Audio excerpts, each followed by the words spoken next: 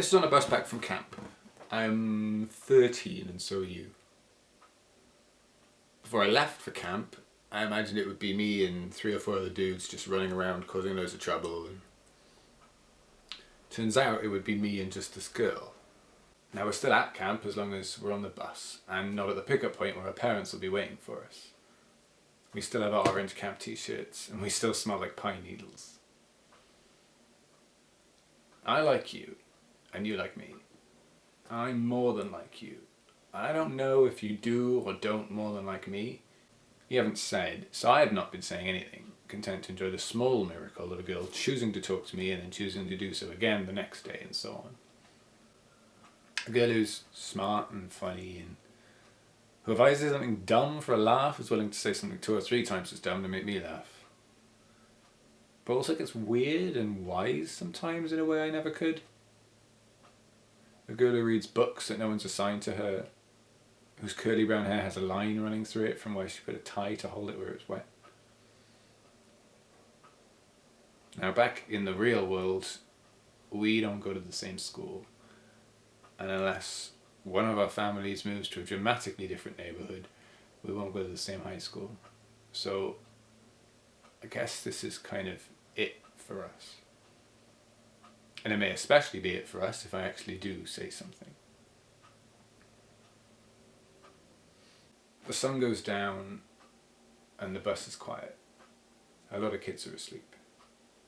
We're talking in whispers about a tree we saw that looks like a kid we know. And then I'm like, can I tell you something?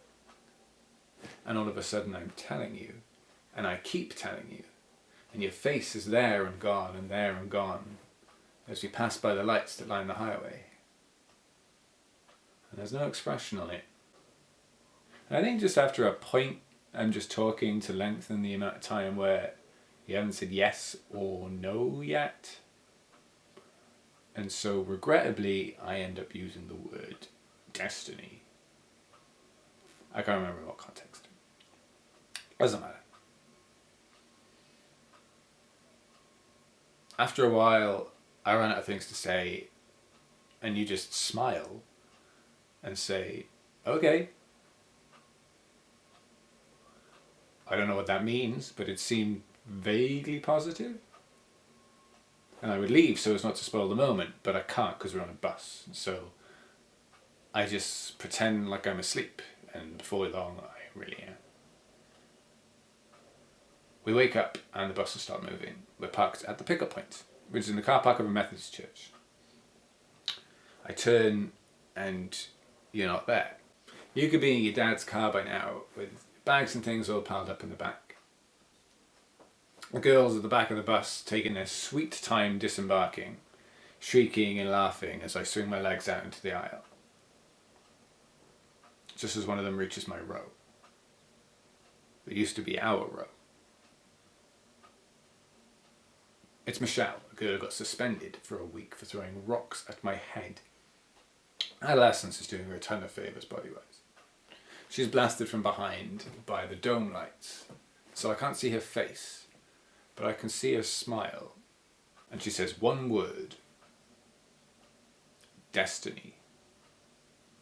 Her and the girls behind all laugh, and she leads them off the bus. I didn't know you were friends with them. I find my dad in the car park. Camp's over. Summer's over. Even though there's still 2 weeks till school. Now, this isn't a story about how girls are evil or how love is bad. This is a story about how I learned something. And I'm not saying this thing is true or not, I'm just saying it's what I learned. I told you something. It was just for you. And you told everybody. So I learned to cut out the middleman. Get off for everybody all the time. Nobody can turn around and tell everybody. Everybody already knows I told them. But this means there isn't room in my life for you or anyone like you. Is that sad? Sure. But it's a sadness I chose. I'd love to say this is a story of how I got on the bus a boy and got off a man. Hard and cynical, mature and shit. But that's not true. Truth is, I got on the bus a boy and I never got off the bus. I still haven't.